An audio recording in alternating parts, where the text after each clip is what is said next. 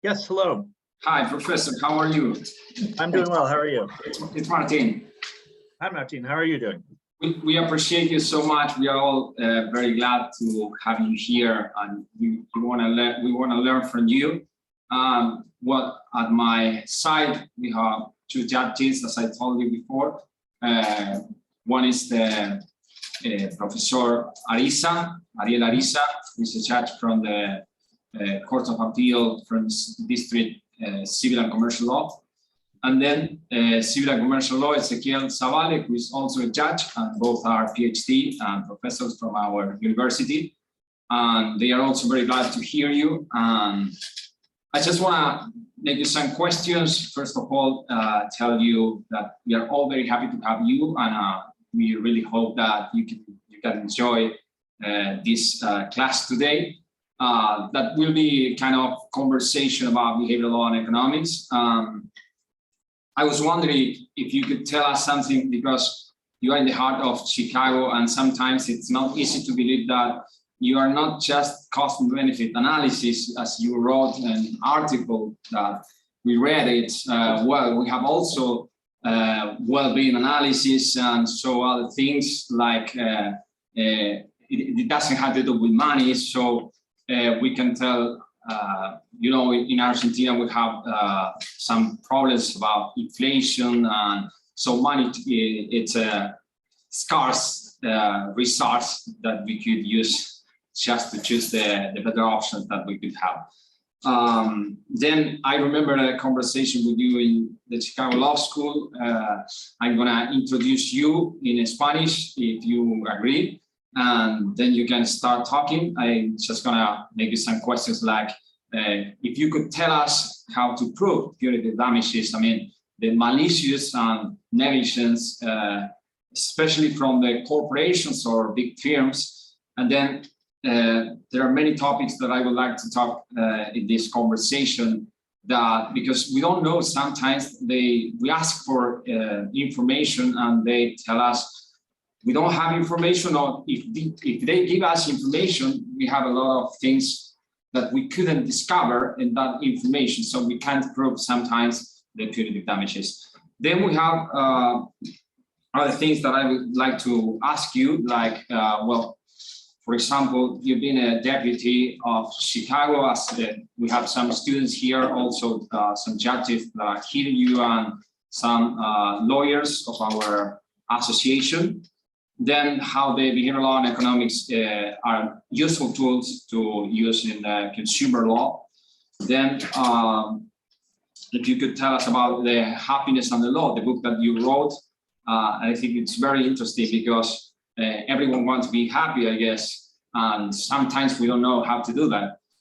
So we could tell us something about that. And finally, I would like to ask you if you could tell us about, this is a kind of deep question about psychology. You've been working from the research of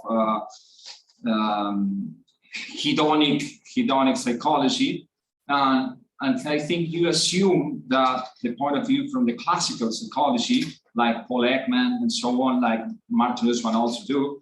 And then finally, I wonder if you could have some other point of view, like Barrett, I mean, like how emotions are made, because it's another point of view. And she said that it's not a fingerprint, so emotions are not a fingerprint.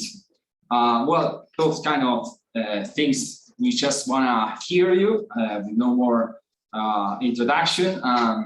Let me just tell the audience who are you, that most of them already know you. But anyway, we are very happy to have you, and we are gonna hear you.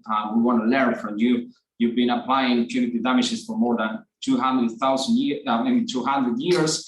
In our case, just from the consumer law from 2008, the punitive damages were created in that date. So, well, let me just introduce you, just a couple of words about you. El profesor Jonathan Mansur fue ex decano de la Facultad de Derecho de Chicago, Él ha escrito por lo menos unos más de 50 artículos de doctrina y jurisprudencia, perdón. Es coautor de varios libros, uno de ellos es El derecho y la felicidad. Trabajó mucho sobre el tema de las ciencias del comportamiento en materia de consumidor, incluso también en materia de derechos industriales y criminal law, derecho criminal, perdón. Y además ha trabajado junto al juez Richard Posner, estuvo trabajando de empleado. El juez Richard Posner es uno de los pioneros en análisis económico del derecho, que la mayoría los conocen. Así que bueno, es realmente una eminencia en Chicago, está en el corazón de Chicago, y bueno, hemos tenido algunas conversaciones sobre el derecho de daños, sobre derechos de consumidor, y con esta perspectiva de análisis económico del derecho y sobre todo ciencia del comportamiento. Well, thank you. We just want to hear you, Jonathan Mazurs. Mazurs, thank you very much. Let's start if you agree. Hello, Martin. Thank you very much for inviting me. It's a pleasure to come and speak. Thank you. Just if you're gonna share some slides, just let us know to. Sure. So I have slides, but we could also direct the conversation as you wish. So I'm happy. It's on you. Si quiere compartir algunos slides, vos me das el okay. Okay. Well, let me do this. So I think you'd like me to speak about punitive damages first. Is that right? As you wish. It's on you. You can talk about whatever you want. Okay, so let me say a little bit about punitive damages first, since that's the topic of interest, and I have a few slides to show about punitive damages a little bit later on. So, sure. But first, let me just talk for a moment about what law and economics scholars think that we should be trying to accomplish with punitive damages, and what courts and juries in the United States actually do with punitive damages. So. The theory among law and economics scholars is that the right reason to have punitive damages is when it might be hard to detect wrongdoing in tort, hard to hold the people who have engaged in wrongdoing to account. So if you have someone who's doing something that's tortious, but you don't think that you're going to be able to catch them and then force them to pay damages with 100% certainty, you use punitive damages to sort of make up the shortfall to get adequate deterrence. So let's suppose that you and I will have a car accident, but it's only 50% likely that I'll know that it's you and I can sue you in tort. In that case, we might want to allow me to collect double the normal recovery in punitive damages to make up for the fact that it's only 50% likely that I'll actually succeed in my tort lawsuit. And then your incentives will be correct. You will have incentives to take the right precautions because the punitive damages will make up for the fact that I might not be able to catch you. So that's the sort of law and economics theory of punitive damages. But that's not what judges and juries are doing in the United States to a very large degree. Judges and juries instead are using punitive damages to punish people or companies who they think have engaged in very wrongful behavior that strikes them as callous or unkind or inhumane or unthinking or something like that. And sometimes that behavior is behavior that is very likely to be caught. Sometimes it's behavior that's less likely to be caught. But the problem is that there's a mismatch between what juries actually want to do and what law and economics theory says that they should do. And so this is a very important kind of piece of behavioral law and economics puzzle, because behavioral law and economics tells us something about how juries are actually going to behave and when they're going to depart from economic theory. So let me see if I can show a couple of slides here. Just 1 second.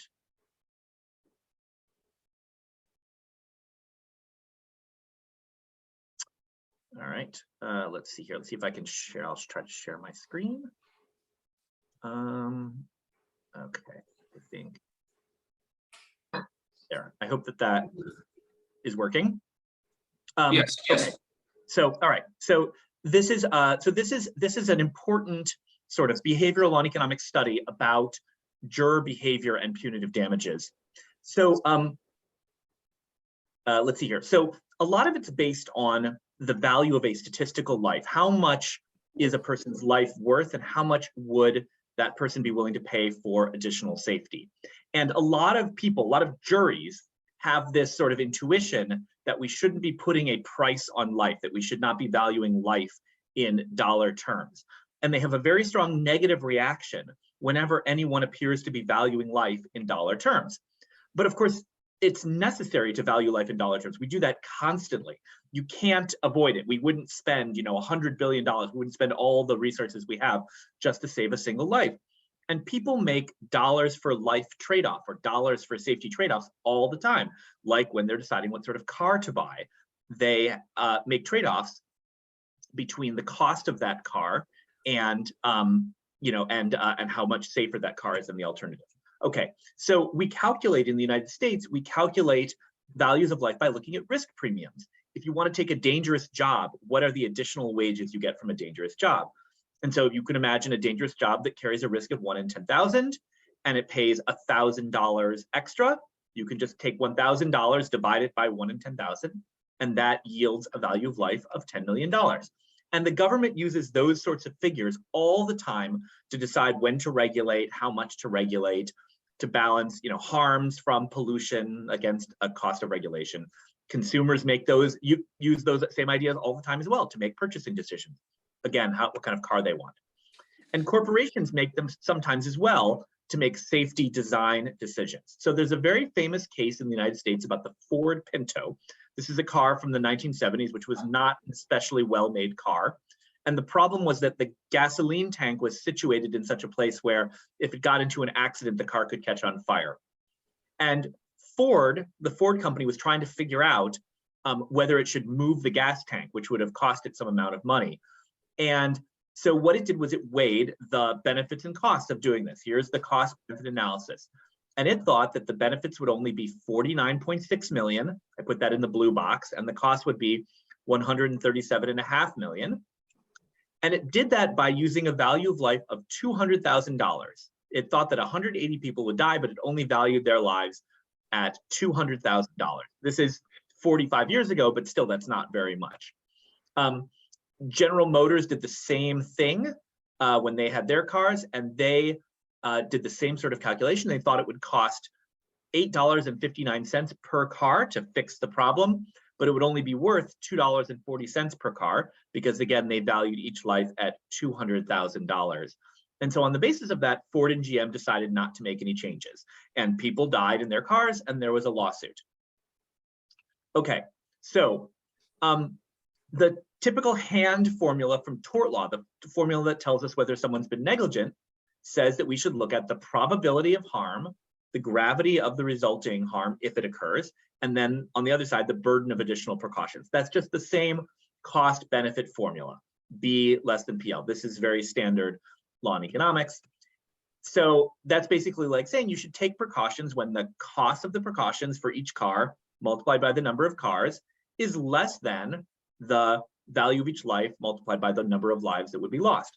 All right, so let's do this for the Ford Pinto case. So that implies that if the risk analysis that Ford and GM did is correct, they shouldn't have even been liable at all. And they certainly should not have had punitive damages assessed against them.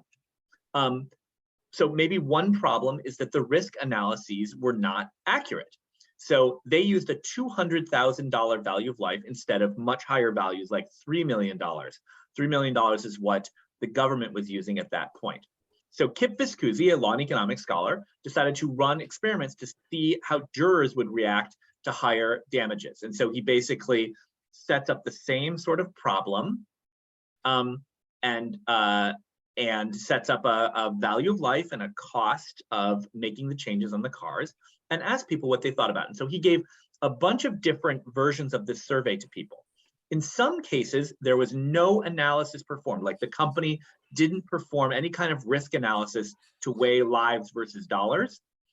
And in some cases, that's in the red box on this screen. In some cases, there was a benefit cost analysis performed, and the car company used different values for life. Sometimes $800,000 was the value of life. Sometimes $3 million was the value of life. So there's 800,000 and 3 million. Okay, And so what did he find? So he found that when a company did a risk analysis, that's scenarios 3, 4, and 5, jurors awarded much, much more money to the plaintiffs who were injured and sued, much more money in punitive damages. So what he found was that jurors react extremely badly when companies try to make economic calculations involving the value of life, even though that's in part what standard law and economics would recommend doing.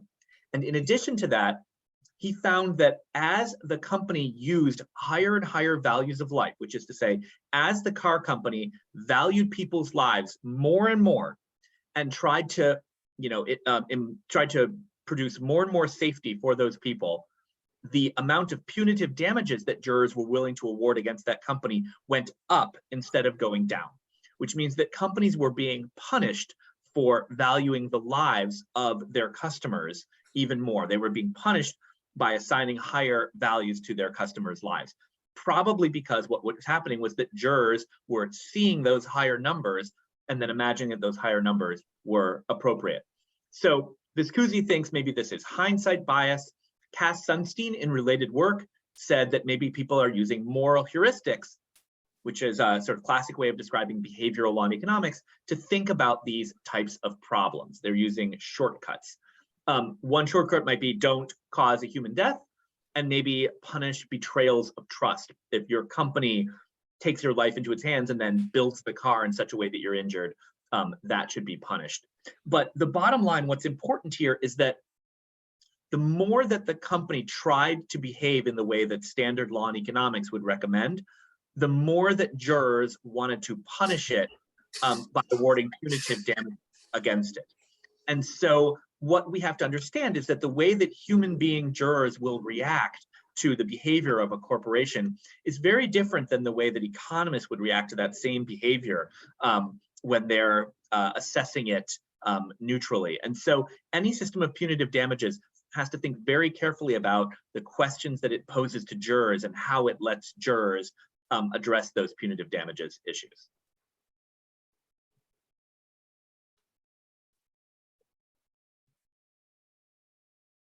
Okay, so those are the extent of my slides. I just have one question about that. How could you prove the cost benefit analysis that the corporation made? So prove which part of it exactly? For example, if the decision of the corporation already made the cost benefit analysis and how they discover what they made. I mean, for example, like emails or. Yeah, great. So these were all in corporate documents that the company had produced, and they had hired engineers and asked their engineers to do this type of cost benefit analysis. And so when the trial happened, the plaintiffs were able to get all of these corporate documents through standard discovery processes. And whereas an economist would look at a document like this and say, they're doing exactly the right thing. They should be doing a cost benefit analysis. They should be doing a risk analysis. The jury looked at this document and said, they're doing exactly the wrong thing. They're placing a value on human life that they shouldn't be placing on human life. And it wasn't just that the value was too low. If they had placed a higher value on human life, they might have been punished even more for it. So a lot of times the information necessary to prove punitive damages will just come through internal corporate documents. And by the way, that means that a lot of corporations now, if they're going to engage in a risk analysis like this, they try to have their lawyers do it so that they can try to protect it using attorney-client privilege, and it won't have to be disclosed to the other attorneys if in the course of litigation. Right, thank you.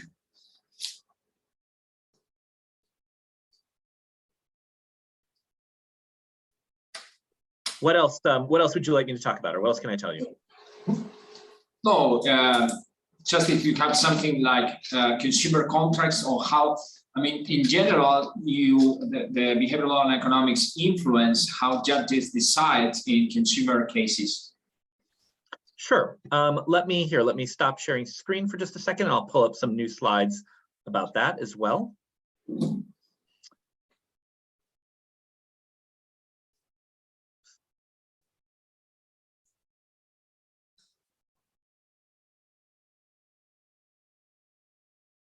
Okay. Let me see here.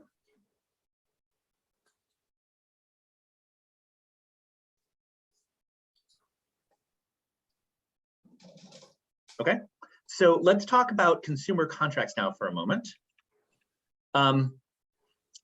So there are a lot of consumer contracts that are designed to take advantage of behavioral tendencies among consumers. A lot of cases in which what's going on is that the company wants consumers to behave in a particular way, and it's going to try to design contracts to extract the most value out of consumers. So health club contracts in the United States are like that in a lot of cases.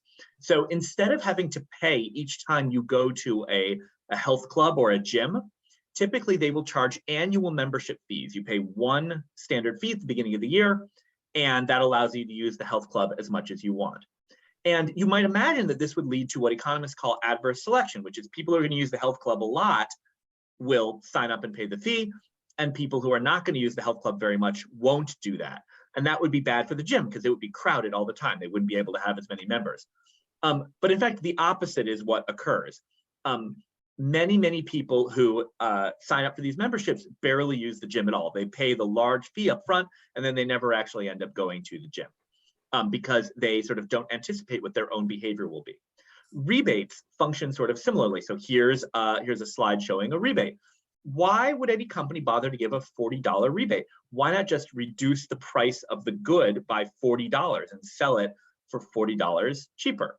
The reason is that this takes advantage of consumers who think that they will send the rebate in, but never actually get around to sending the rebate in. So when they buy it, they think the product is $40 cheaper, but it's not actually $40 cheaper, and they never end up bothering to get the rebate.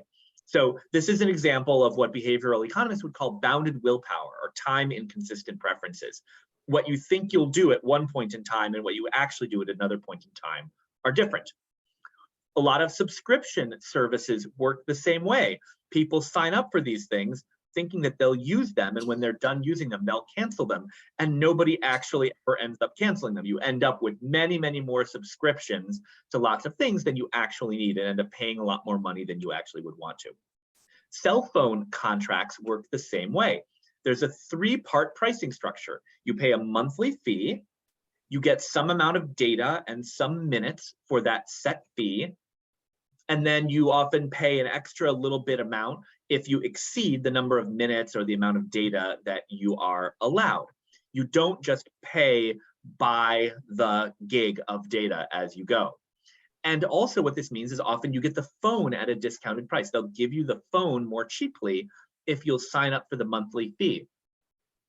And some people, I mean, so the problem is that the amount that it costs the phone company to provide you with the phone service is constant for each gigabyte of data that they're providing you.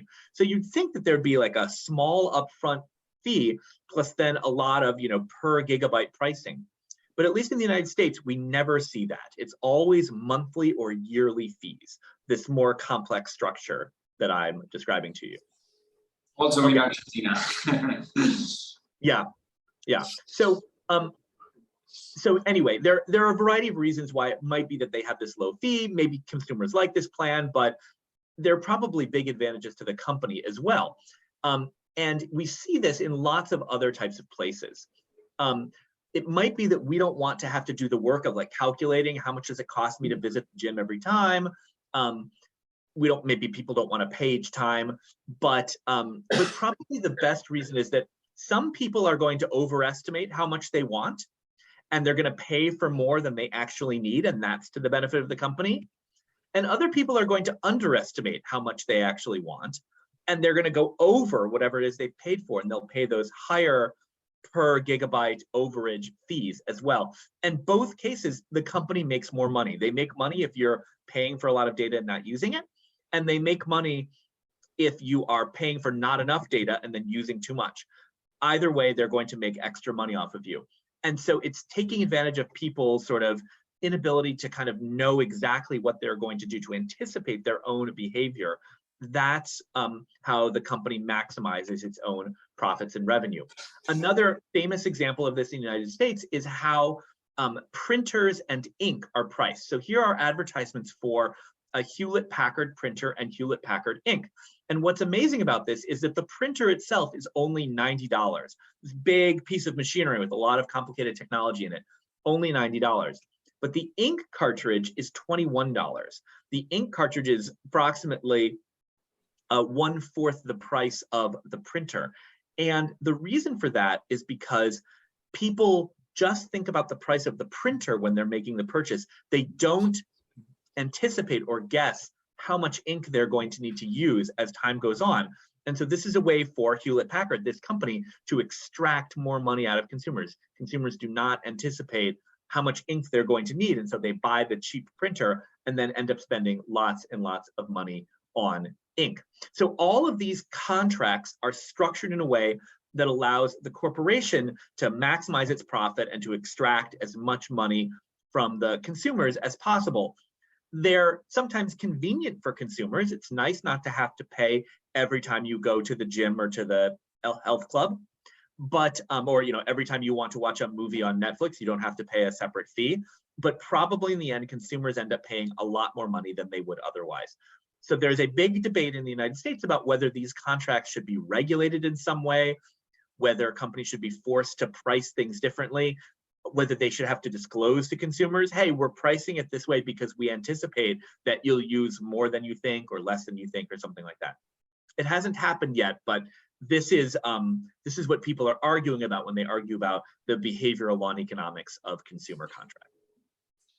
Well, thank you very much, Professor Mesur. We are very happy to hear you. We will be discussing about all of those interesting topics that you've been talking about.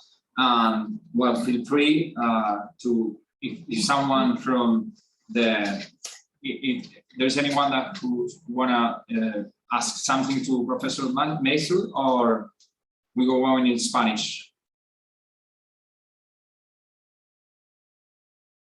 Okay. Well, thank you very much, Professor. We are gonna discuss this in Spanish. Thank you, really. We appreciate you so much, your time. Great, thank you very much. Thank you very much for having me here. Thank you.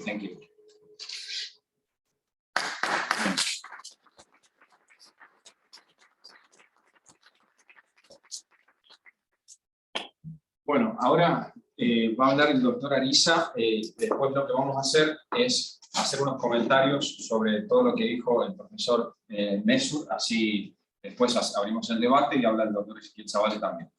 Bueno, yo simplemente voy a presentar al doctor Ariel Ariza, como todos lo conocemos.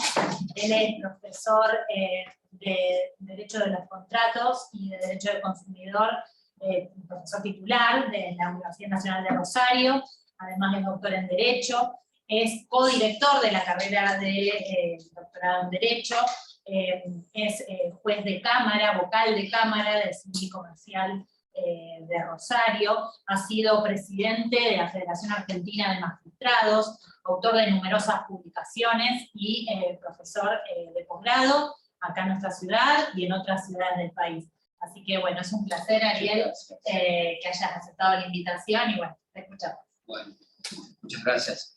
Quiero expresar que me siento muy a gusto de compartir esta tarde con el doctor Frulli, con María Paula Arias, como, bueno, responsables de esta actividad que desarrolla el Colegio de Abogados, que me parece una iniciativa realmente desafiante. Y por supuesto el gusto de compartir este espacio con el doctor Ezequiel Zavala, que es una persona respetada y admirada también por su trabajo y por su calidad de innovar en todo lo que tiene que ver con el pensamiento del fenómeno jurídico en las áreas que compartimos.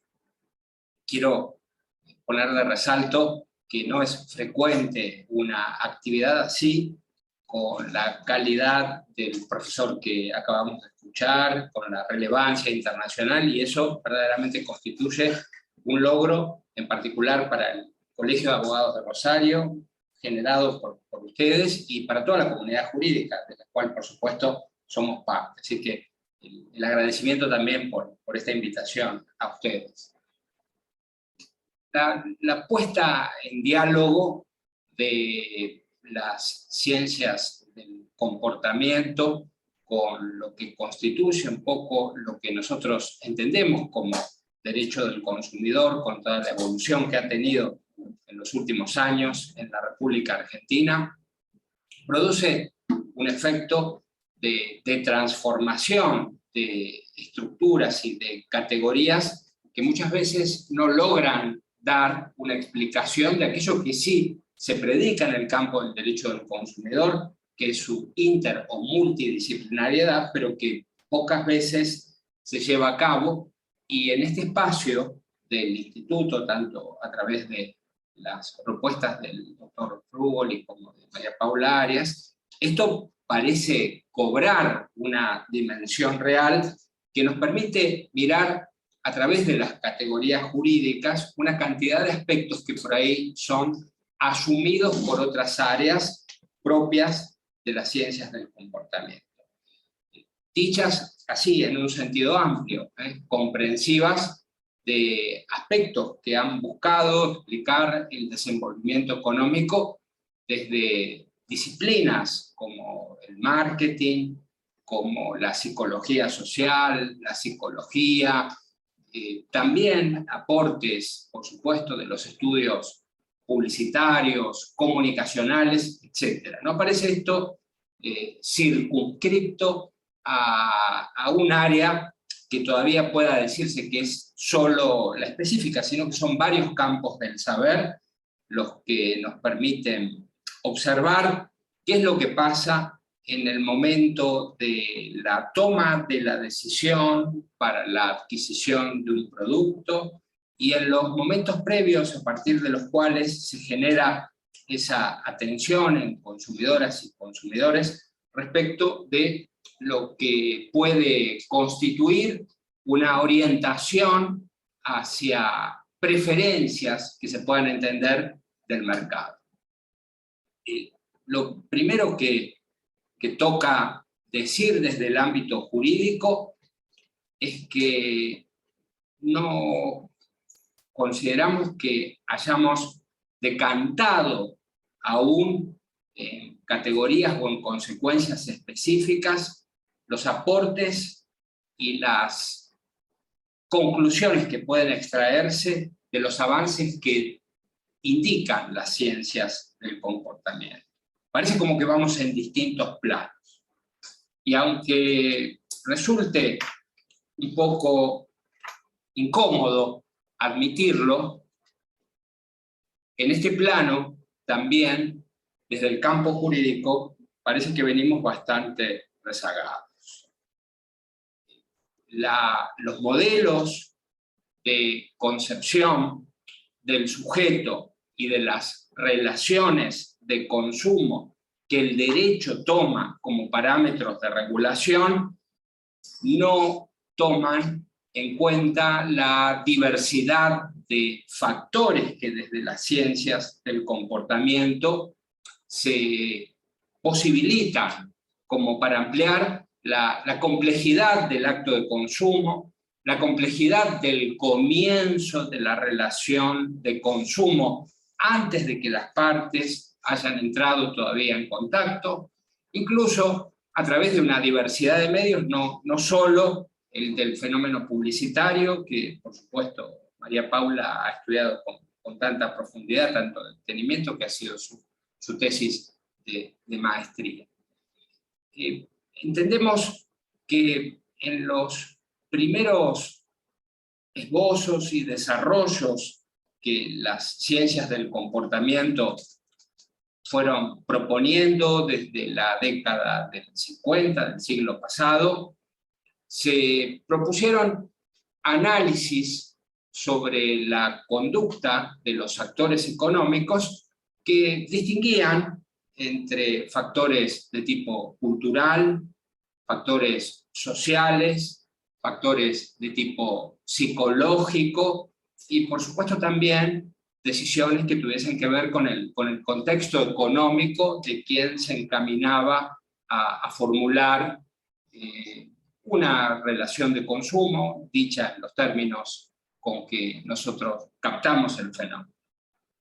Esos estudios sí fueron muy útiles para iluminar, para describir distintos sectores de consumidores, la influencia que la propia cultura y las subculturas dentro de una sociedad podían generar a la hora de preparar una decisión adquisitiva, y también, por supuesto, aspectos de índole social, como la posición, la ubicación dentro del marco socioeconómico y las consecuentes preferencias que consumidoras y consumidores podían tener a partir de la búsqueda de pertenencia o de estatus referidos a determinadas categorías. También estas ciencias del comportamiento prestaron particular atención a la influencia que los núcleos familiares podían tener en la elaboración de estas decisiones, cómo podían darse las discusiones sobre determinada contratación en el núcleo familiar, cuáles podían ser las preferencias que están en juego, y de ahí cómo diseñar la oferta del producto a algunos de los integrantes de la familia, como para que esto se pudiese entender como adecuado a una decisión compleja del núcleo familiar, pero capitalizando lo que podían ser esas preferencias. De allí en más, se tomaba como modelo también un horizonte de decisión racional de consumidores y consumidores en base a presupuestos económicos, en base también a preferencias, en base a posibles utilidades o asociaciones de los productos con determinadas características que el consumidor podía estar buscando de manera más o menos consciente. En los últimos años hay una profundización y podríamos decir también un cambio en torno a la psicología de estos modelos, con aportes que apuntan a mostrar crudamente que las decisiones de consumo tienen un fuerte componente no racional y que esto está basado en una multiplicidad de circunstancias. Conversábamos en determinado momento pudimos abordar el tema con Martín Frugoli respecto de un estudioso de esta vertiente de las ciencias del comportamiento, que es Dan Ariely, cuyo tiene una multiplicidad de obras, pero una de las que aborda de manera más sustancial este tema es Predeciblemente Irracional. Ese es el título que no limita su alcance a las decisiones de consumo, sino que proyecta como cantidad de aspectos de la vida, muchas veces son referidos a parámetros de estructuras, de pensamiento o de contexto que hacen primar otro tipo de definiciones, de criterios definitorios que no serían precisamente los que denominaríamos o pondríamos en el listado de lo racional. Ejemplificativamente, Ariely coloca en el inicio de su trabajo aquello que denomina como la relatividad en las relaciones. Y esto supone como muchas veces consumidores, personas que están construyendo relaciones, opciones que se toman a veces en el plano político o social, se hacen en base a comparaciones, como es necesario tener ubicaciones de referencia contextualizadas en un momento determinado para llegar a una decisión. Y allí muestra cómo el aprovechamiento por los actores económicos de este modo de razonar comparativamente marca que muchas veces las decisiones son favorecidas a partir de comparaciones. Empieza en su obra mostrando la estrategia comparativa que propuso una suscripción del diario de Economist. Entonces había una propuesta que era la suscripción del diario en el modo online, otra que era en el modo de la edición impresa, y otra que tenía ambas, que tenía el mismo costo que la edición impresa. Tenías la edición online y la impresa al mismo costo. Entonces señalaba que este efecto de comparar que de este modo al mismo precio que la impresa tenías la online ya llevaba el pensamiento y la decisión motivacional por el efecto de cómo estaba presentada la propuesta a optar por esta tercera, más allá de conocerse cuáles eran los componentes de esos costos, el solo modo de ubicarse y centrarse la mirada del consumidor en esta propuesta ya indicaba una de las opciones posibles. Después, en esta línea de razonamiento, indaga sobre cómo muchas veces también se produce una comparación a partir de lo que se denomina anclaje de precios, cuando hay precios que no se conocen y alguno estratégicamente es establecido por primera vez de manera arbitraria, asociado también de manera arbitraria al valor de otros bienes, y esto a partir de allí y de manera duradera viene a marcar una perduración de ese criterio de valor que en adelante va a ser considerado comparativamente más o en menos por los consumidores. También desde el primer punto de vista comparativo, destaca varios ejemplos porque el pensamiento de Ariely se va basando en la comprobación experimental constante de las ideas que propone llevar adelante, buscando un universo siempre de posibles protagonistas que puedan ser sometidos a estas comparaciones y a la realización de pruebas, vinculadas sobre todo con opciones a tomar. Destaca un ejemplo en el que un vendedor de televisores pone 3 televisores en este sentido, entonces indica cómo muchas veces la fijación del precio es utilizada como un señuelo que orienta al consumidor. Entonces, por un lado, mostraba un televisor que estaba en un precio elevado, otro intermedio y otro más bajo. Entonces a él le parecía detectar que en esta técnica el vendedor conocía o dominaba, aunque sea intuitivamente, este efecto de la comparación. Porque dice, es claro que quería que se venda en el medio, porque nadie va a elegir el más caro tendencialmente hablando. Y también refiere en la utilización sagaz de este mecanismo, por supuesto que las ciencias del comportamiento muestran muchos otros, pero nos detenemos en este para ejemplificar lo práctico de la dinámica concreta del desarrollo de las ciencias del comportamiento en las decisiones de consumo, de cómo se elaboran las listas de precios.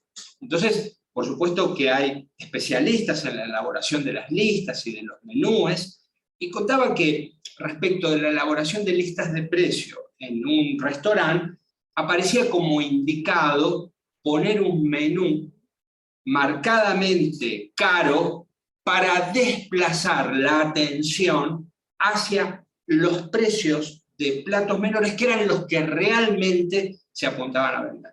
Entonces era como que era necesario colocar ese precio más elevado por encima de la media para que la mirada y la elección se desplace hacia los otros que igualmente estaban en un terreno de, por supuesto, óptima calidad, pero que eran menores y que eran los que realmente se quería que generen la atención o la decisión de consumidores y consumidoras. En este punto queda por señalar que el campo que se abre respecto de la diversidad de técnicas y de conocimientos que muestra Ariely en cuanto a cómo consumidores y consumidoras obran impulsados por sesgos cognitivos y también por preferencias de tipo contextual. Creo que no está. No, se está terminando la batería, perdón. Es que no sé algo de esto. Perdón que te... No, pero al contrario, porque es justamente para que quienes... La batería se está No, no importa, agotando. no importa. A lo mejor no funciona ese. Yo tengo una batería. Pero... ¿Podés? bueno. No, tiene. Voy a chupar el dedo, perdón, Dani, pero... No, para que no se Se te apague. estaba- Sí, estamos acá. Ahí presenta. Igual está. Bueno, Igual no pasa nada porque va a seguir el otro. Acá está. Dale, perdón, Dani, que te interrumpí en el mejor momento de la charla, pero bueno, No, o algo tecnológico. yo lo que quiero destacar que bueno hubiese sido que integrando un panel con Ezequiel Zavala nos hubiésemos quedado sin batería. ¿Cierto? Como si estamos con el presidente de una fábrica de lamparitas y se nos corta la luz. Por eso, la verdad que tu intervención fue más que oportuna. Y evidentemente las ciencias, uno traspasa la obra de Ariely con sorpresa, con fascinación, y ve la crudeza del desenvolvimiento económico en un punto que es el cual desde el derecho creo que tenemos una pertinencia por marcar. La primera es que estos saberes no pueden ser ajenos a los razonamientos que formulemos desde el mundo jurídico, porque refieren directamente al consumidor. Y cuando hablamos del consumidor y la consumidora, hablamos de, en definitiva, la persona. Entonces, vemos cómo con el modelo racional de ciencias del comportamiento se aportó mucho que formaba parte de la destreza del marketing a la hora de ver cómo se presentaban estos productos, pero parecía no haber un diálogo necesario entre estos modos de determinación de las decisiones y el mundo jurídico. Es más, parecía haber campos separados, como ocurrió durante mucho tiempo con la publicidad, que para traerla al mundo jurídico parecía que esto costaba, y para un poco poner parámetros de análisis de lo jurídico al fenómeno publicitario, que es, por supuesto, el gran motor también de muchos de estos climas previos que hacen a que consumidores y consumidores estén ya un poco preparados para ver cuál va a ser ese producto. Decía, nos queda la idea de cierta labilidad del sujeto, de cierta apertura a estímulos, a modos y a estrategias que en definitiva debilitan esa posibilidad de actuación racional en el mercado. Es como en la fuerza del consumo se pierde bastante de lo que teníamos graficado para el mundo jurídico como un consumidor autónomo, racional, reflexivo. Esto se va debilitando. Ahora, ¿qué decir si a esto le sumamos la perspectiva que una diversidad de autores, como Yuval Harari, por mencionar uno, de lo que ocurre no solo con la autonomía en materia de decisiones económicas, sino con autonomía respecto de los sistemas políticos y demás, si nos ubicamos en el campo de la obtención por parte de las empresas de cantidad de datos personales que en la etapa del marketing anterior a todo este proceso de digitalización, un poco los actores económicos tenían que adivinarlos y tenían que jugar a la prueba o error de la puesta en el mercado de un producto con cierto grado de riesgo.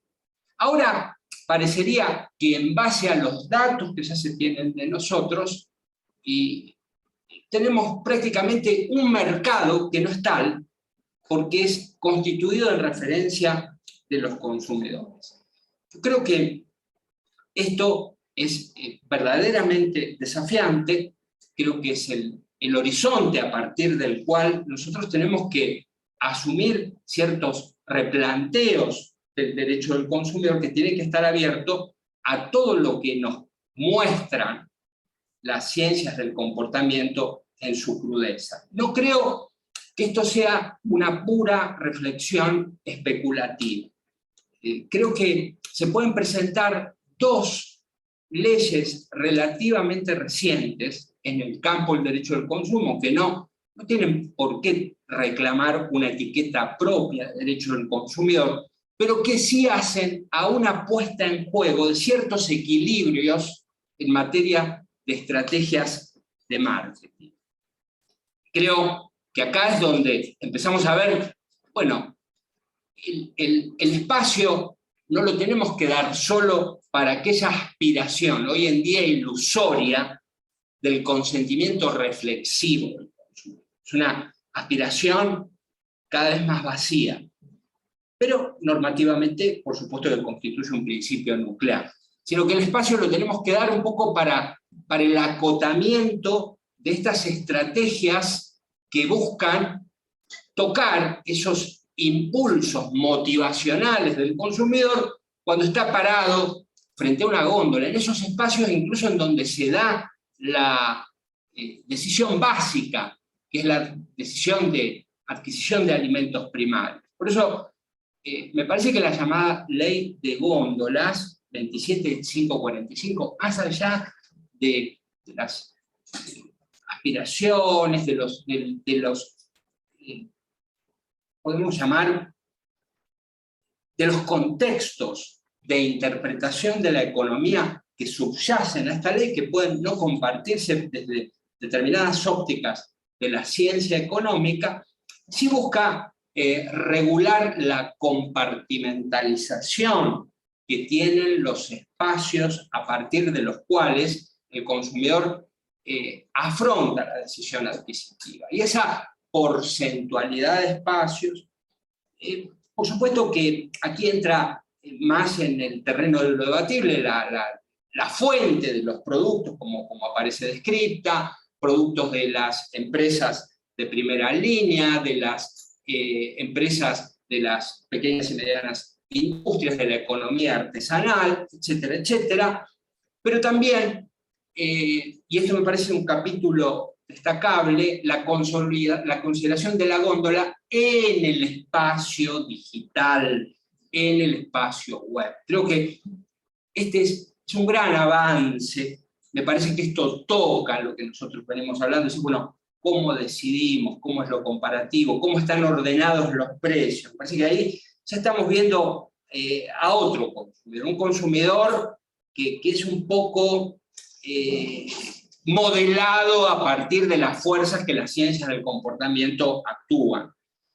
Porque no todo lo que las ciencias del comportamiento, no es que no todo, sino la mayor parte de aquellas cuestiones que constituyen la técnica del marketing, no hay por qué considerarlas fuera del ámbito de la iniciativa privada del sector empresarial. Lo que pasa es que, bueno, habrá ciertas prácticas que puedan considerarse que inducen de una manera a un comportamiento claudicante. Ahí es donde el derecho del consumidor tendrá la palabra. Y parece que en la ordenación de los espacios de las góndolas esto ha sido interesante. Y para terminar, me gustaría mencionar, porque esto ya toca de una manera transversal también a el derecho a la salud, y toca la publicidad en particular, lo que ocurre con la Ley de Alimentación Sustentable, conocida como etiquetado frontal. Creo que allí no solo tenemos información que yo podría obtener por vía web, allí tengo la advertencia, ni bien voy al producto, tenemos las etiquetas, los excesos, si hay solo una etiqueta riesgosa, ya esto no me permite pasar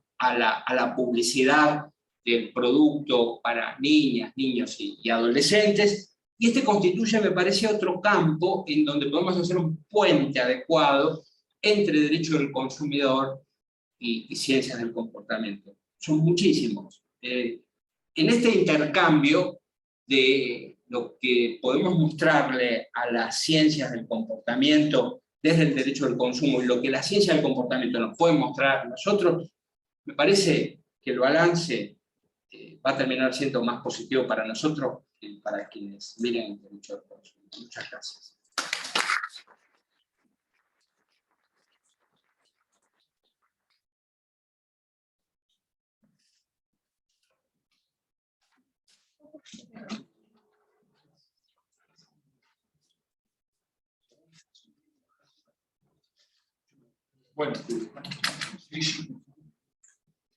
Bueno, agradecemos mucho la presencia del doctor Ariza.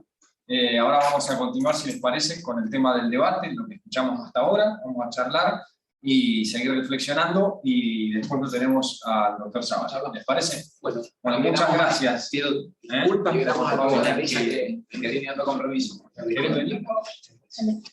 Gracias, Paula.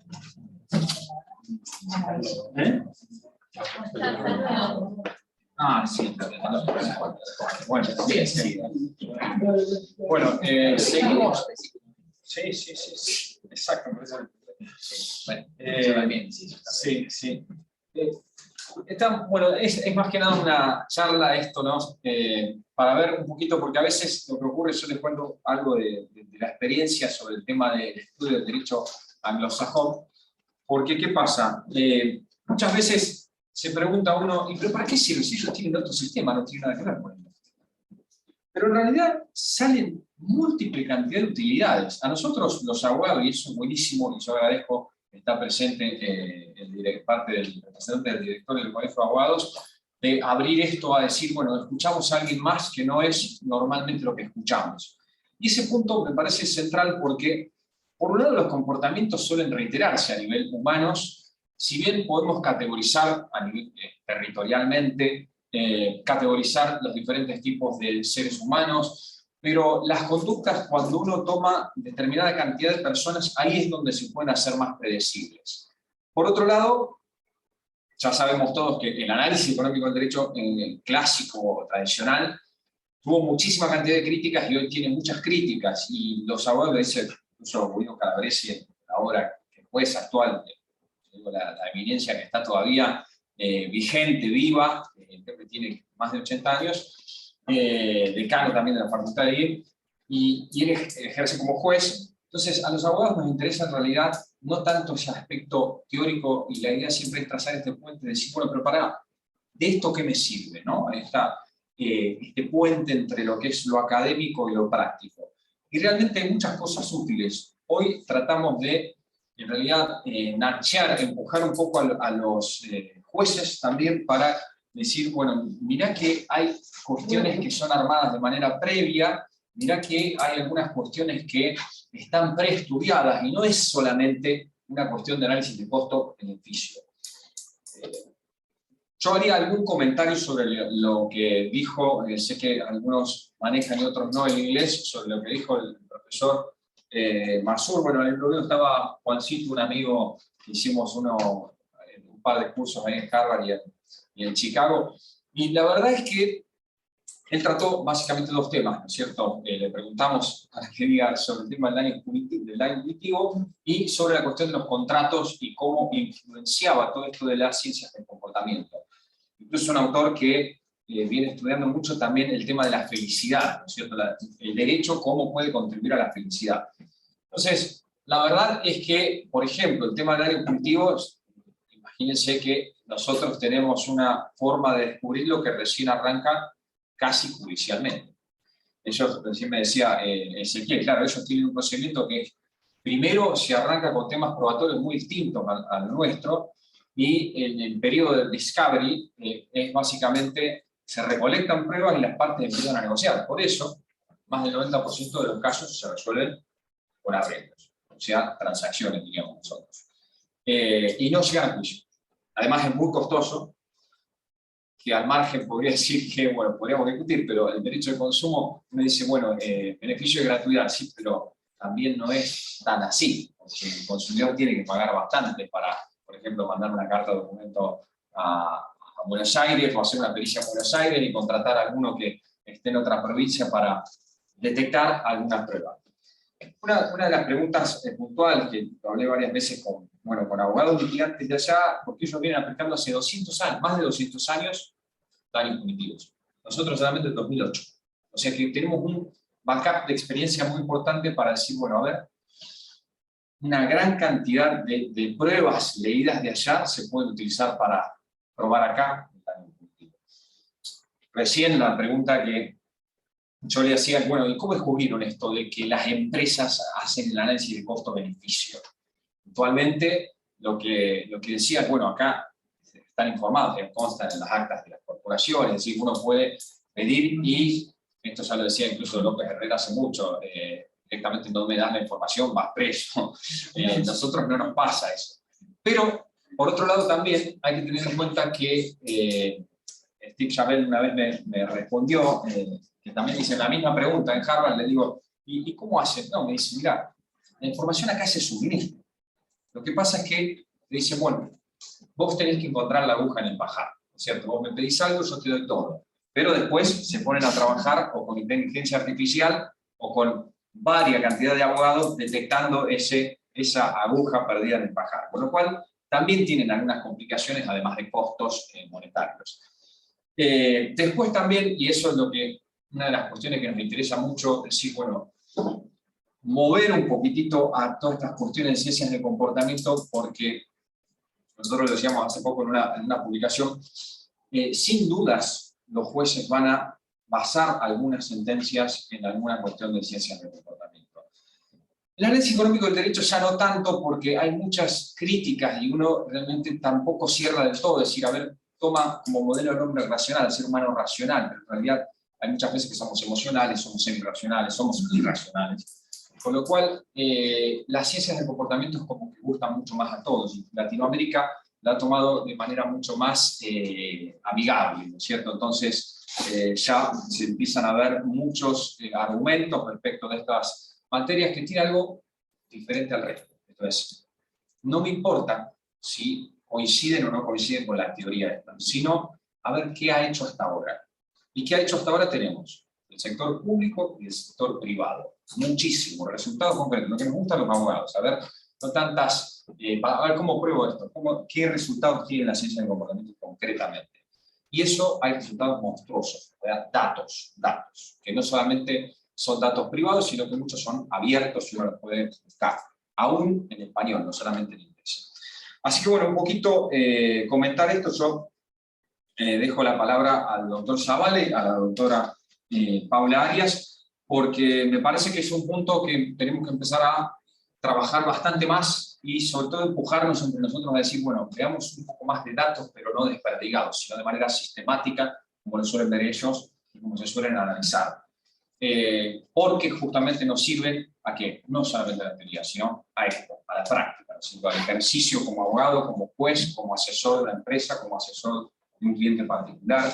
Y eso es lo que por lo menos más nos interesa, porque no solamente A contra B un juicio aislado, es la sociedad, hay un costo de la sociedad, que ese costo no es solamente monetario, sino que a veces es, como decía Masud, en felicidad, en bienestar general, y eso, como también es escaso, podemos trabajarlo mejor, de manera más eficiente y más eficaz. Gracias.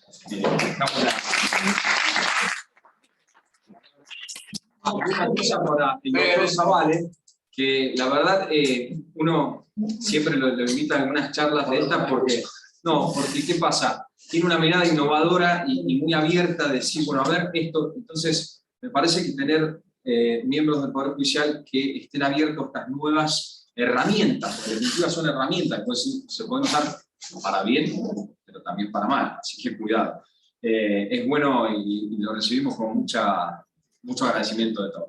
Entonces, brevemente. No, simplemente a presentarlo, porque obviamente todos lo conocemos. Ya lo conocen todos, pero bueno. Vamos a presentarlo. Él es profesor adjunto de Derecho de las Obligaciones de la Facultad de Derecho de la Universidad Nacional de Rosario, también doctor en Derecho, es profesor de posgrado, además es analista del sistema, ¿o no? Sí, o sea, tiene coadyuva la tecnología dentro de su expertise. Así que bueno, es un placer, Ezequiel, Para que quede claro, que solo- venga. gracias. Para que quede claro, que hizo un terciario, no tengo ningún título de terciario. Bueno, pero sabe Digo por la más duda. que nosotros. De hace 25 años atrás.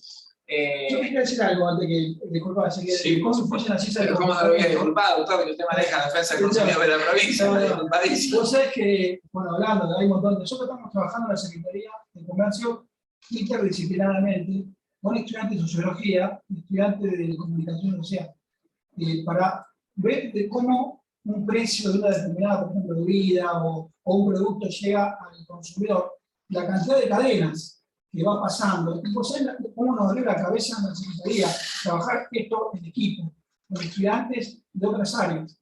Realmente nosotros que somos abogados, desconocemos de ciertos temas. Y un tema, bueno, un tema para agregar cómo influye la cifra del comportamiento. Hoy recibimos una denuncia de la Cámara de, por ejemplo, Tosquero, de una bebida que está relacionada con las figuritas. El tema de la Coca-Cola, que hay una tapita que viene de color amarilla, que trae una etiqueta y adentro vos podés cambiar esa tapita con figuritas. ¿Cómo se direcciona hacia los grandes supermercados, quedando afuera los pequeños negocios? Entonces, los chicos terminan comprando esa bebida que la Coca-Cola en negocios caros, cortos, y los pequeños negocios no le dan, ¿no? Hay un desabastecimiento con respecto a los pequeños negocios. ¿Cómo se direcciona a través de una empresa multinacional? Va direccionando de los grandes una tapita para cambiar con figuritas. Uno va a un negocio, por ejemplo, un Carrefour, y va a terminar comprando muchas más cosas que una gaseosa. Así que hoy recibimos cómo influía la ciencia del comportamiento, ¿no? Sí, exactamente. Yo creo que el trabajo interdisciplinario es, digamos, ineludible, porque estábamos acostumbrados hace algunos años a decir, bueno, lo que dice el abogado, por un lado, pero hoy, digamos, si no se trabaja incluso en equipos interdisciplinarios, nos perdemos un montón de cosas. Y un punto también es que en todo el tema del derecho del consumidor, no es que solamente controla el Estado. Yo me gustaría hasta preguntarte, y más allá de los informes que tenemos, bueno, ¿alcanza el órgano de Contralor nada más para toda la cantidad de incumplimientos que hay?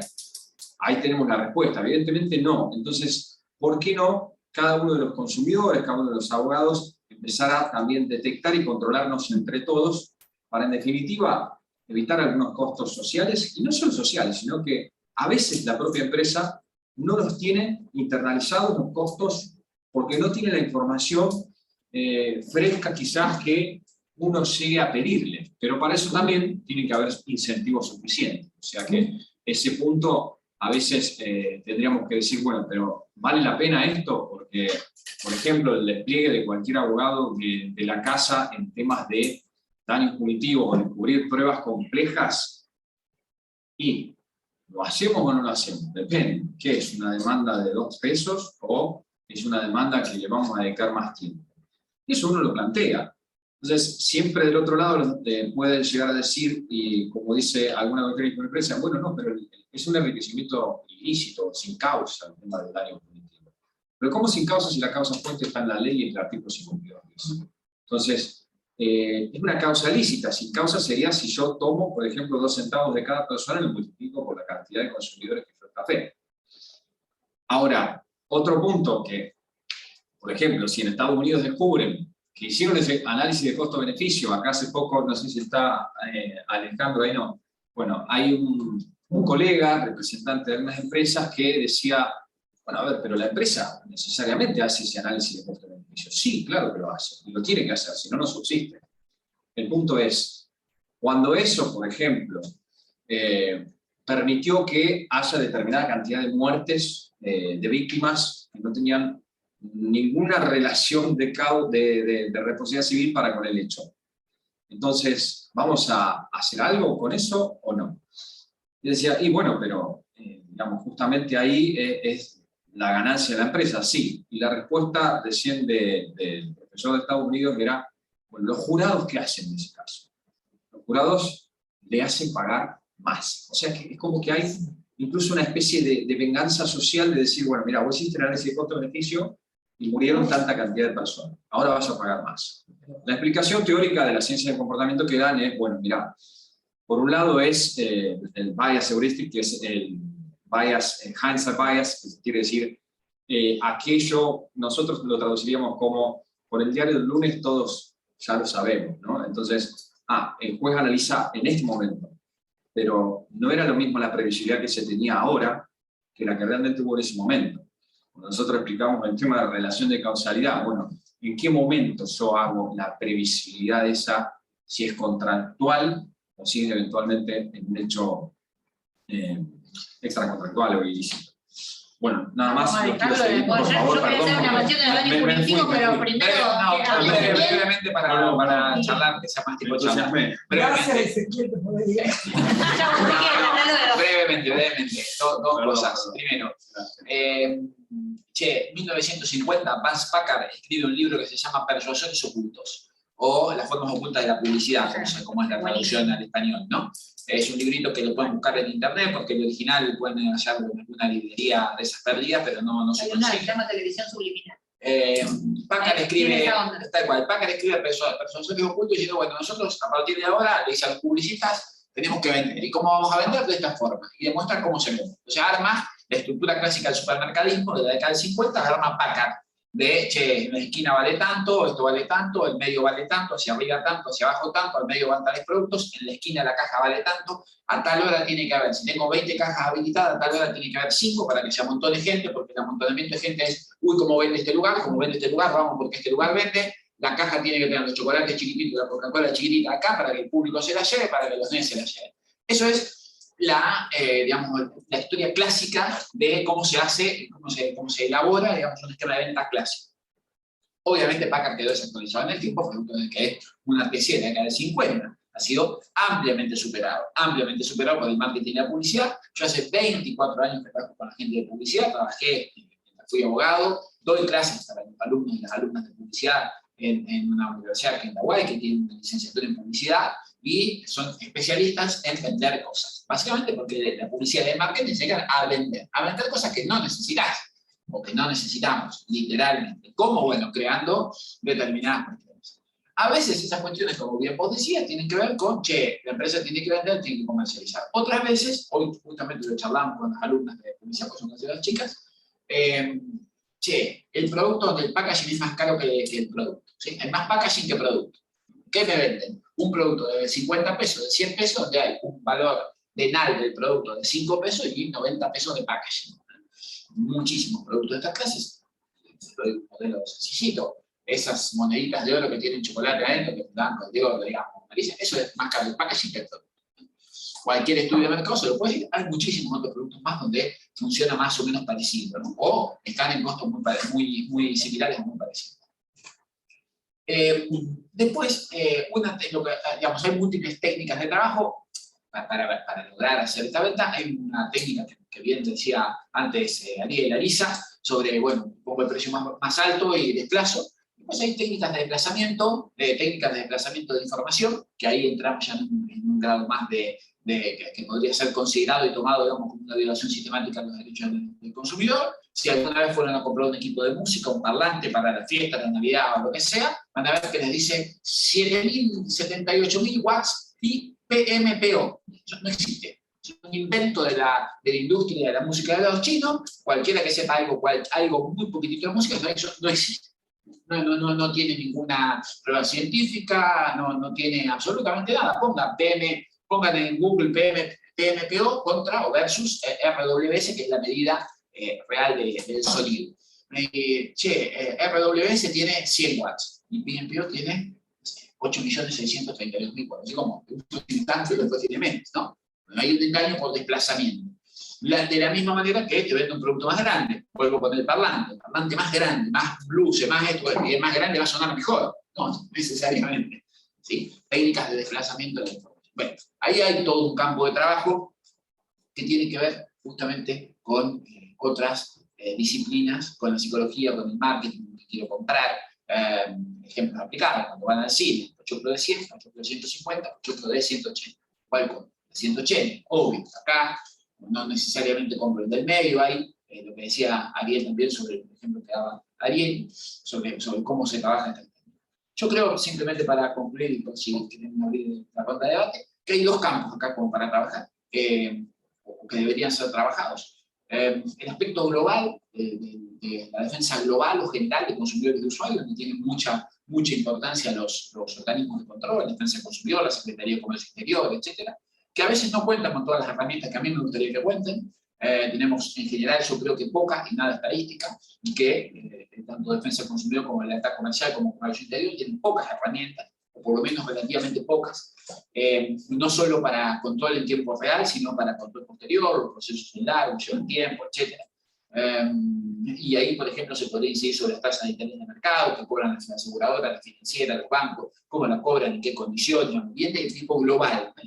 O esto que estaba señalando el doctor Benítez sobre cómo se comercializan bienes y productos, en qué lugar, con qué características, qué bienes y servicios, por qué el mismo supermercado de una marca muy conocida, que es la que te cuida más en el centro y por lo tanto los productos son más caros que si compras en un barrio donde está esa misma sucursal o ese mismo donde los precios tienden a ser inferiores, pruébenlo sobre todo en Capital Federal, donde te cuida en Belgrano de una manera, o en Palermo de una manera, y en otro lugar te cuida mucho más barato. O sea, que te cuida más en otro lugar. Bueno, digo podría ser cualquier marca, no necesariamente tiene que ser la de este supermercado, son ejemplos muy parecidos, digamos, con es a nivel más general, ya, más estructural. Y una más de tipo individual, que tiene que ver con tratar de tener consumidores que le darle la mayor información en el acto, es decir, en el momento de la compra de lo que estoy comprando, ¿no? De dar mayor información que el sujeto está, o la persona está en el shopping, que tiene las defensas más bajas, que está muy estudiado, hay mucha lectura, incluso está abogados y abogadas, mucho escrito,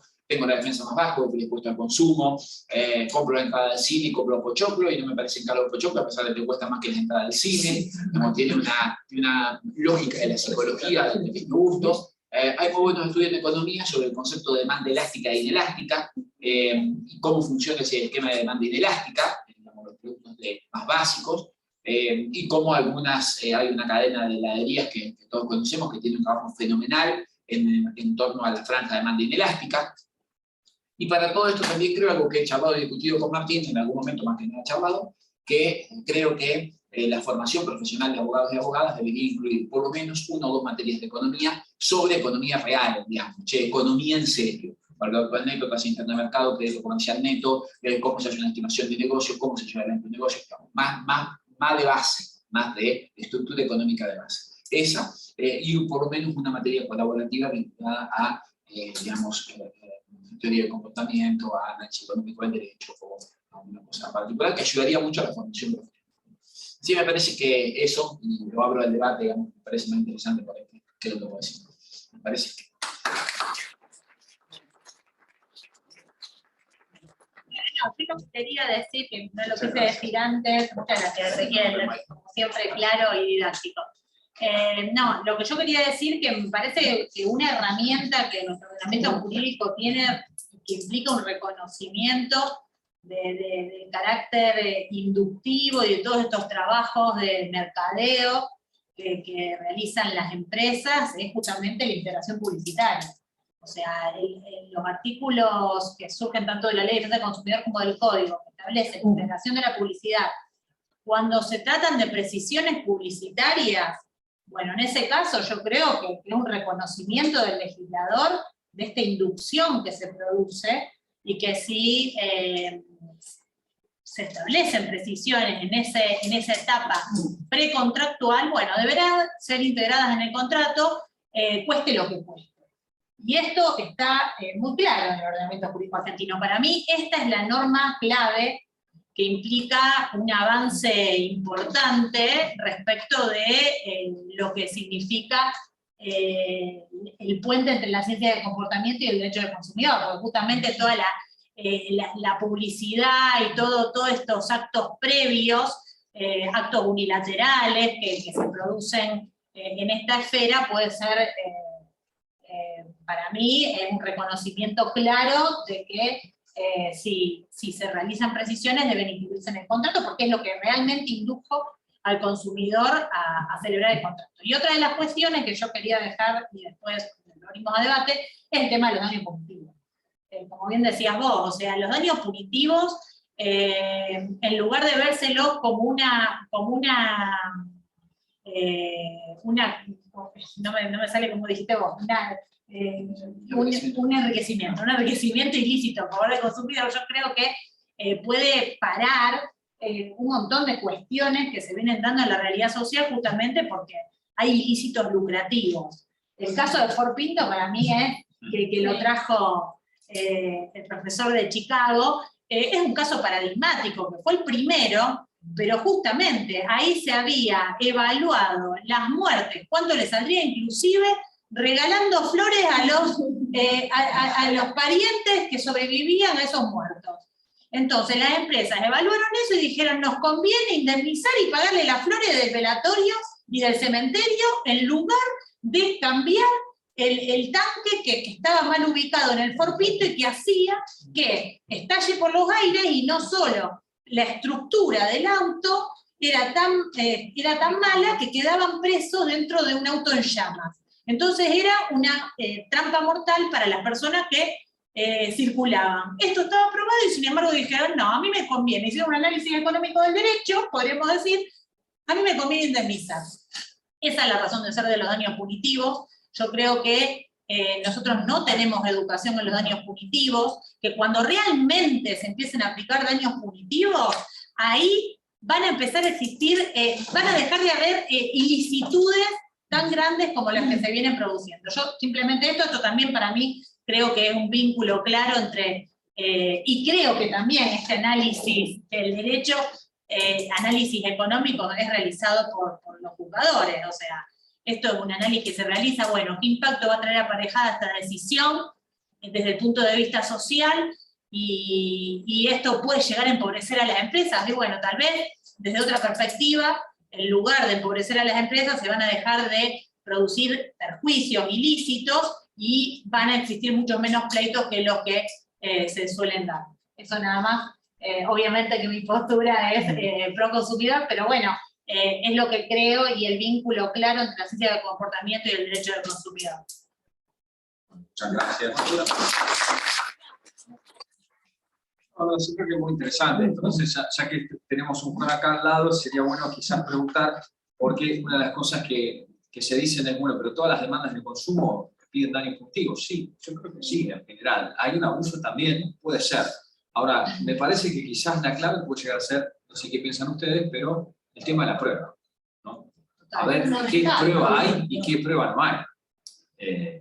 La reiteración, la generalización, todo eso hay que acreditarlo. No se puede, yo soy partidaria de que no se puede reclamar daños punitivos por cualquier cosa, ni por cualquier ilicitud, más allá de que la ley lo deja abierto, y si miramos la literalidad de la norma del 52 bis, vemos que frente al incumplimiento de la obligación legal se daría lugar a los daños punitivos. Yo creo que eso conspira contra la aplicación de los daños punitivos. Para mí los daños punitivos deben aplicarse frente a reiteraciones, generalizaciones, ilícitos lucrativos, ganancias astronómicas de las empresas frente a esos incumplimientos. Pero obviamente que la labor probatoria es grande y no siempre se despliega, y otras veces se intenta realizar y no se tiene frutos satisfactorios, con lo cual yo creo que es un trabajo importante. En principio yo diría que el daño se prueba, es lo que enseñamos en la facultad. Diego y Liliana acá, por lo menos enseñamos eso. El daño hay que probarlo, ¿sí? El daño no se presume, salvo por dar excepciones, ¿no? El daño se prueba, punto central en la cuestión. El daño punitivo también lo tiene que probar, no hay duda de eso.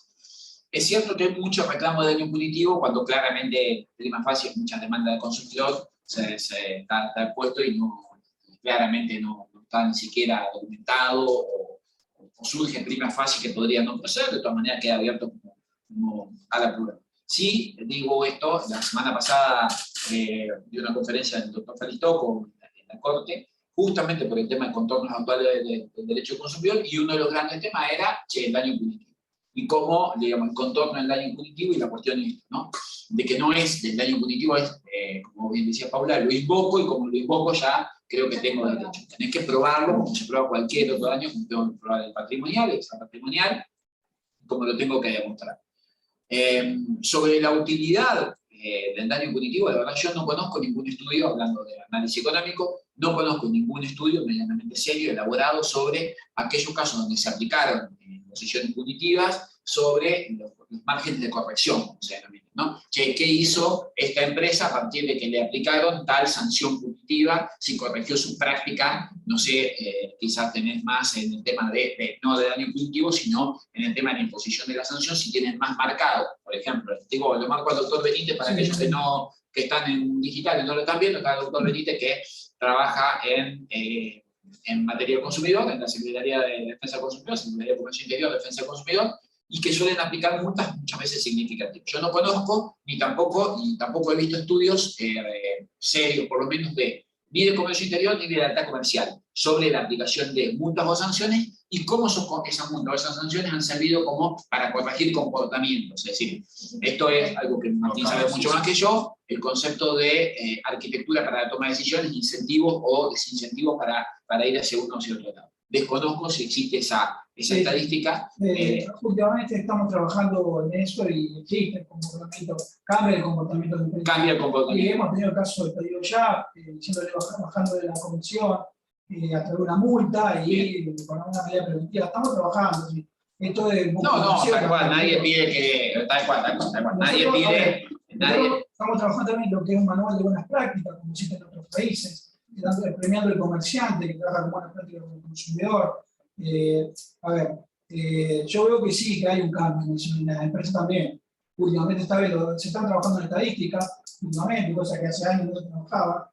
Pero también perdón, ahí, ese punto es central. Che, tener una buena estadística es central, porque si vos no tenés estadística, no podés hacer auditoría. Si no tenés estadística y no tenés auditoría, no sabés dónde está, y como no sabés dónde está, no sabés hacia dónde vas a ir. Cuando vos tomás las decisiones sin conocimiento racional, y no estamos hablando del consumidor que va al supermercado y dice Coca Spray, digamos, el famoso ejemplo de Peter Capusotto y de Leno, tomo Coca, tomo Pepsi o tomo Coca. Sino, cuando vos tenés que tomar decisiones racionales de política general, si vos no tenés estadística, no sabés dónde está parado. Si no sabés dónde está parado, tomás una decisión en base a lo que vos presumís, sin tener una concreción. Decir, che, mínimamente, ¿qué tengo que tener? No sé, digo, bueno, ¿a cuántas empresas sancioné? ¿Cuánto fue lo que hizo? ¿Cuánto esto? Una serie de consideraciones como para poder pasarla, pero no solo por defensa del consumidor, en todas las áreas del Estado, o en las empresas, si lo quisiera, o, insisto, con la función de Secretaría de Comercio Interior o de lealtad comercial, porque son núcleos muy centrales, digamos, ¿no?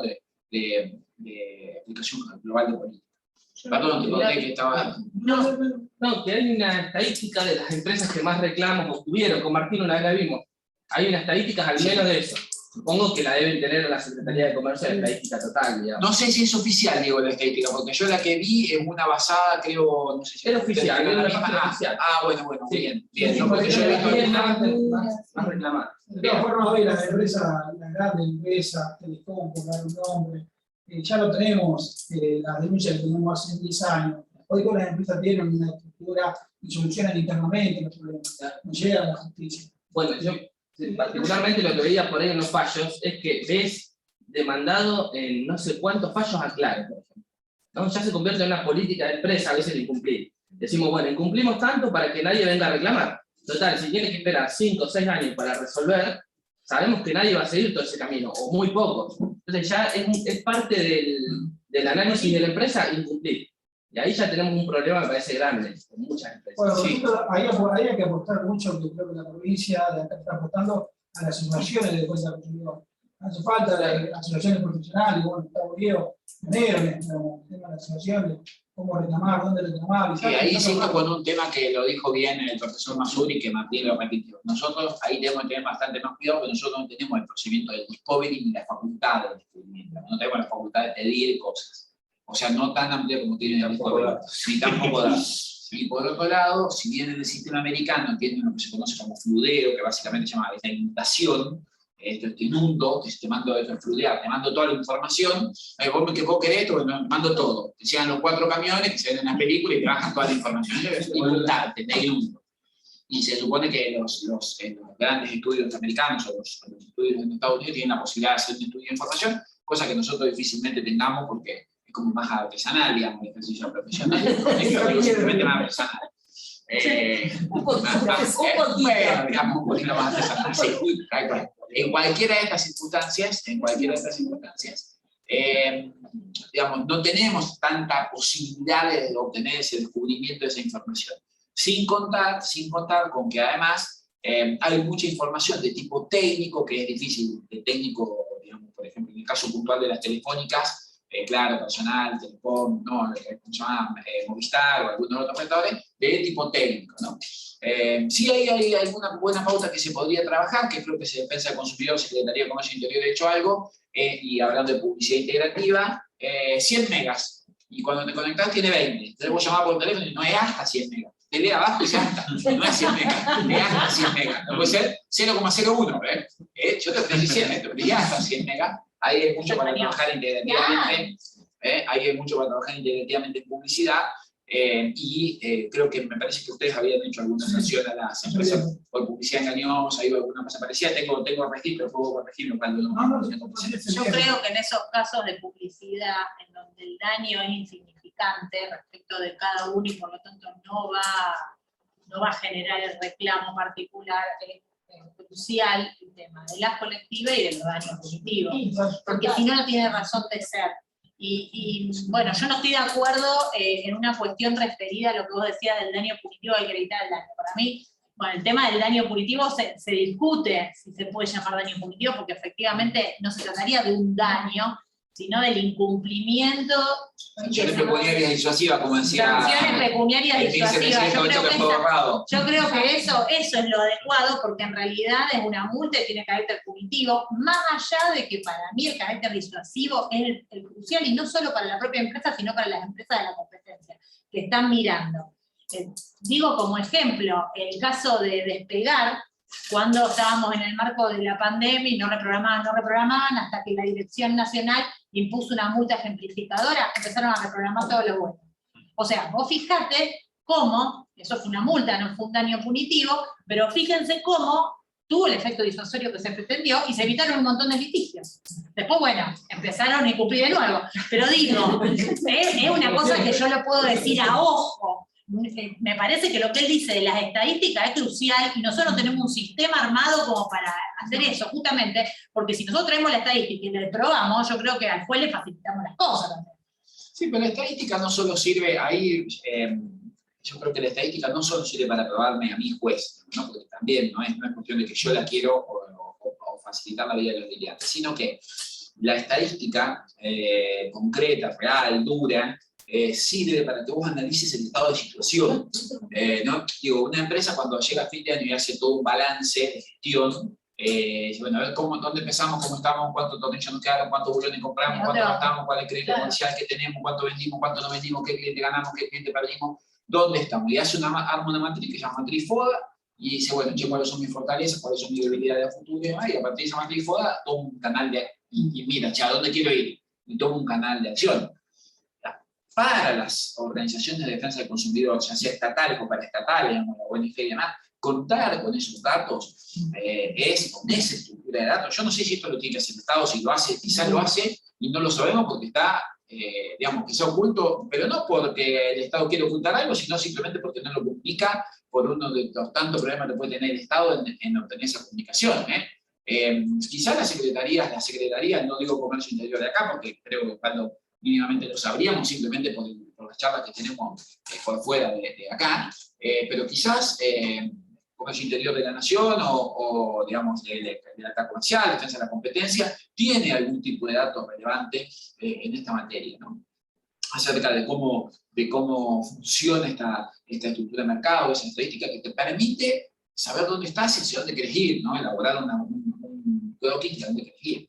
En definitiva es lo que te importa para corregir comportamiento, porque acá hay un tema central, sobre todo, sin importar, como decía Ariel, lo que ustedes opinen del sustrato económico, un poco más prolífico. No importa si ustedes son más macrista, menos cristinista, menos cristinista, o de Alberto o no de Alberto, cuál es para hacerlo más concretamente. Pero, y sin importar qué opinan de la ley de góndolas desde el punto de vista económico del gobierno que la sancionó, de la ley de etiquetado frontal, ahí tenés marcos de incentivos para corregir cosas. ¿Qué tomo con esto? Bueno, tomo este tipo de producto, lo comparo con este, tengo anclaje de precio, tengo precio de referencia, y en etiquetado tengo sobre todo, comparo, ¿no? ¿Qué tengo? ¿Qué me dice el producto? Ese es otro tema que yo quería antes escuchando al profesor que no vio nada, haciendo un esfuerzo de entender lo que decía, se me vino a la mente y lo que seguimos hablando, ¿no? Ligado al comportamiento, ¿no? En este caso, los consumidores y usuarios, a la prevención, porque también si tenemos esta multa civil, vamos a lograr esta función preventiva. Hay otra cosa que a mí me hace mucho ruido, y que es de macro, política, económica, etc. Somos esclavos, somos consumidores, porque no tenemos opción muchas veces a elegir, y por eso somos víctimas, si queremos llamarlo, o vulnerables, o sujetos débiles, como decía vos, vas al shopping con la defensa baja, o predispuestos. ¿Pero por qué? Porque tampoco tenemos opción. Si a veces uno razona más, ya sea por vieja, por cascarrabia o por rebelde, me resisto a un montón de cosas, no tengo opción, y me siento más de una consumidora o vulnerable en un montón de cosas, ni hablar de lo digital, esclava, porque no tengo opciones en algunas empresas. Si queremos hablar de telefonía celular o de internet, soy esclava. Me quieren cobrar 150.000 pesos por mes, y yo tengo que pagar 150.000 pesos por mes, porque tengo 3, 4, 10 de regulación, entre comillas, que me cobran 150.000 pesos. Y si no tengo internet, bueno, soy una marciana. Para de pasar. Quiero decir que también son muchas variables, y para ustedes que son más estudiosos en lo concreto, la vende de lo jurídico, de lo técnico, de lo económico. Pero hace al conjunto, porque ¿por qué me abuso como dominante? Bueno, porque tampoco, o a lo mejor el pequeño emprendedor no puede entrar al mercado. Tiene que ver con las políticas de Estado también, ¿no? No, sí, a ver, sin duda, obviamente siempre hay un marco de regulaciones, particularmente el mercado telefónico, es un mercado que tiene un grado de concentración significativo, pero esto es, digamos, no solo acá en Argentina, sino en todo el mundo. No es que si este es un mercado concentrado acá. Cuando vos ves la experiencia de los países europeos, la experiencia americana, digamos, incluso con la división de RIT y las famosas Baby Bell, y el mercado mexicano, el mercado brasileño, el mercado colombiano, un mercado muy importante, un mercado muy concentrado en materia telefónica. Pero eso también se explica en el caso argentino por dos cosas. Primero, por cómo se produjo la privatización del TEL, digamos, el marco de referencia de la privatización del TEL, del Fondo Telefónica Satelital, y de cómo se produjo el 760-2000, y ahora posteriormente la ley argentina digital, la 27178, y además en que es un mercado que necesita estar concentrado porque si no, no tiene capacidad de handicap, no tiene capacidad de elevación. Esto no significa que tengan que, digamos, poliar al consumidor. No, es un mercado que necesita tener cierto grado de concentración porque se necesita para el nivel de desarrollo de infraestructura que tiene que tener, lo que no implica, a mi criterio, siempre hablo a título personal, per se, que esto pueda significar que yo le voy a cobrar al consumidor cualquier cosa. Yo no coincido tanto con vos en el tema de que no tenés para elegir. Yo creo que sí hay elección. Quizás podemos decir que la elección está más cerrada, menos cerrada y demás. Yo creo que sí hay posibilidad de elegir prácticamente en todos los ámbitos, ¿no? Económico. Si yo puedo elegir una marca de auto, puedo elegir esto. Sí acepto que tenés elecciones, que tenés limitantes de la elección. Eso sí. Pero no que no puedo elegir. Yo no comparto esa propuesta que no puedo elegir nada. Sí creo que hay limitantes en la elección. Bueno, obviamente tengo las marcas de autos que están en el mercado, tengo las empresas de telefonía que proveen el mercado, tengo las empresas que están en el mercado, bueno, pero hay un costo en el mercado que se llama costo de intermediación, que es el costo de intervención de la oferta y la demanda, y el punto de equilibrio que es la determinante del precio. Algo que en economía es bastante, digamos, te diría, del primer año de cualquier facultad de ciencia económica.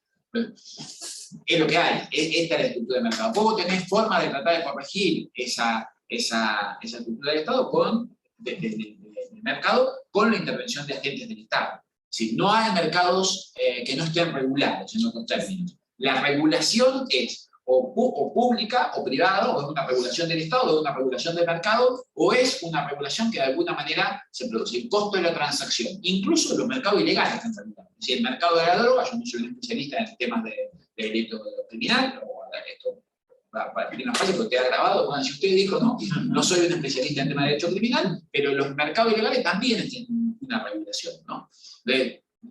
Yo no comparto ese punto de que no tenés para elegir.